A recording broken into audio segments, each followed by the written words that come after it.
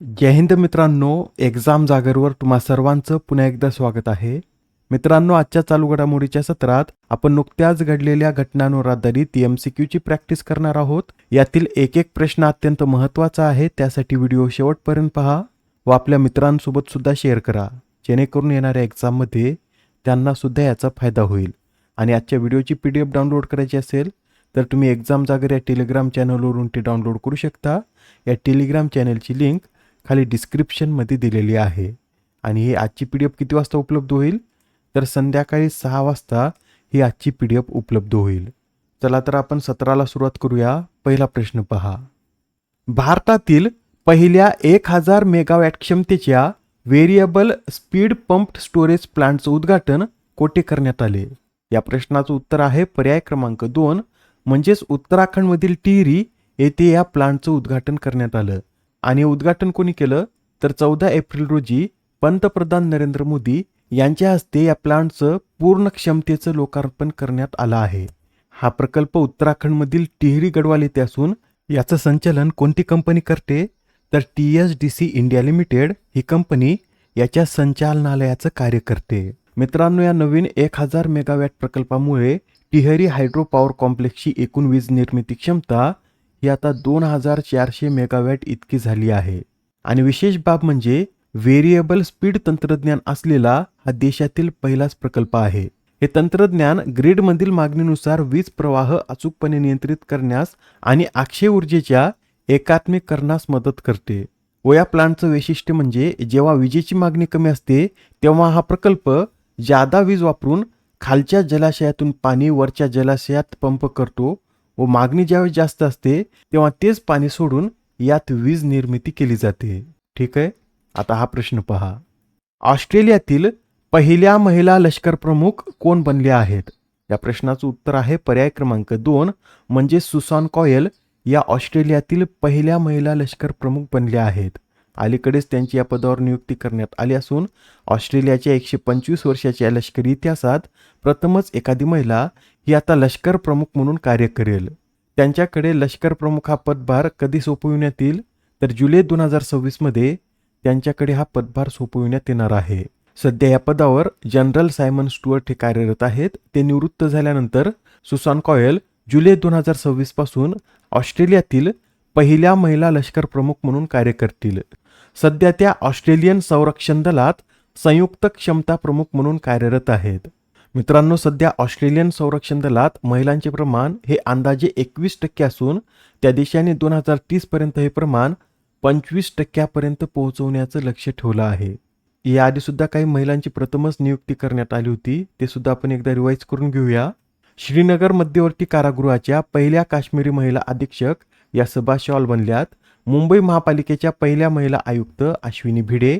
भारतातील एका कार्यात्मक अणुऊर्जा प्रकल्पाचे प्रमुख म्हणून काम करणाऱ्या पहिल्या महिला आर्यम नाचमई. नेपाळ देशातील पहिल्या तृतीयपंथी महिला खासदार भूमिका श्रेष्ठ. फ्रान्समधील महापालिका निवडणुकीत विजय मिळवणाऱ्या पहिल्या भारतीय वंशाच्या महिला या मालिनी रंगनाथन ठरल्यात.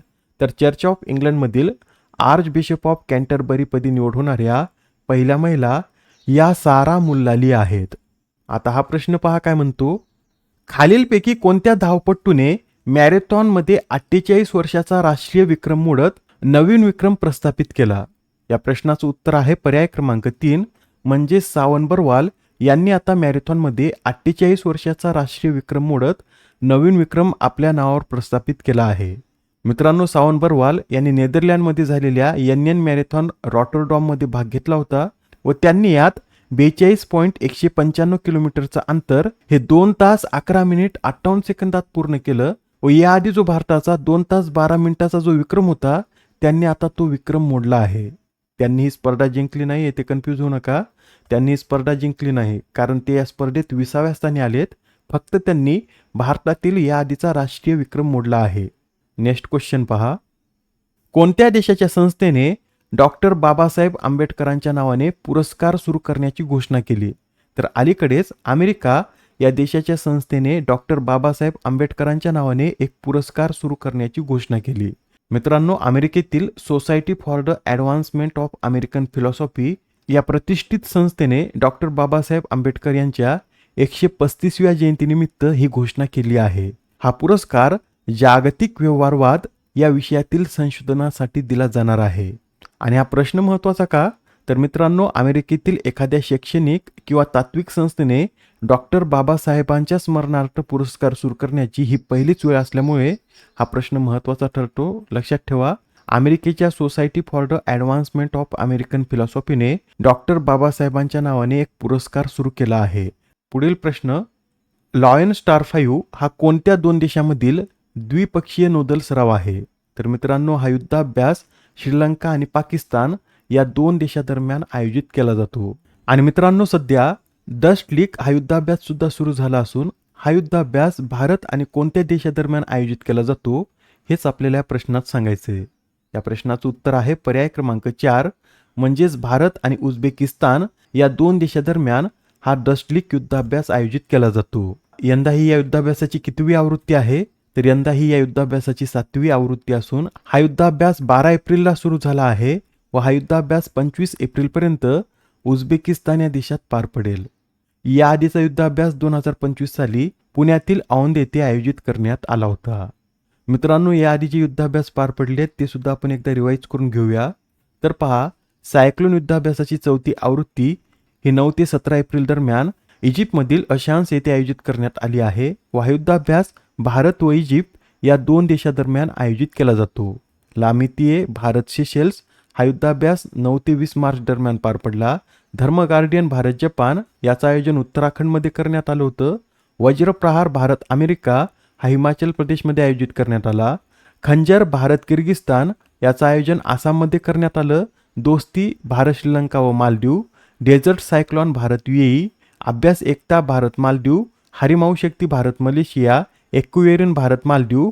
तर सूर्यकिरण हा युद्धाभ्यास भारत व नेपाळ या दोन देशादरम्यान आयोजित केला जातो. पुढील प्रश्न, नुकत्याच पार पडलेल्या मॉन्टे कार्लो मास्टर्स 2026चं विजेतेपद कोणी पटकावले? तर या स्पर्धेचं विजेतेपद हे जॅनिक सिन्नर यांनी पटकावलं आहे.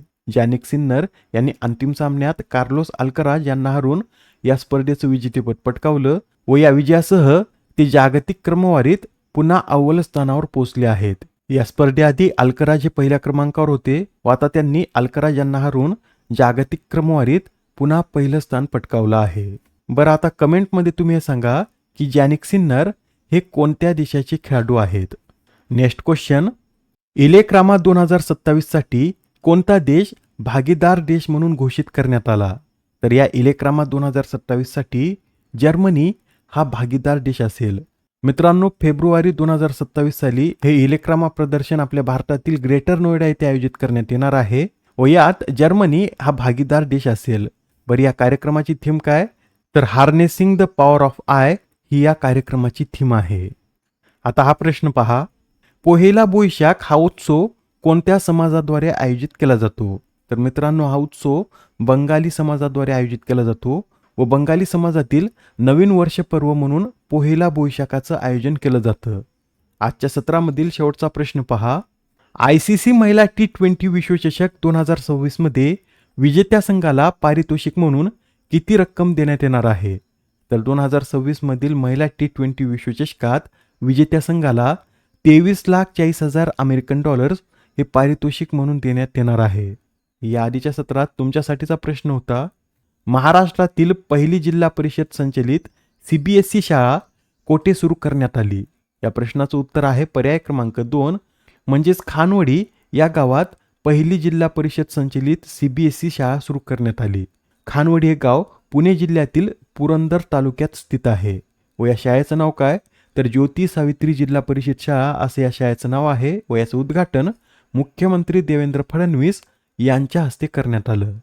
आजच्या सत्रामधील तुमच्यासाठीचा प्रश्न पहा, आशिया बॅडमिंटन चॅम्पियनशिपमध्ये रौप्य पदक जिंकणारे पहिले भारतीय पुरुष बॅडमिंटनपटू कोण ठरलेत? आता या प्रश्नाचं उत्तर कमेंटमध्ये देण्याचा प्रयत्न करा.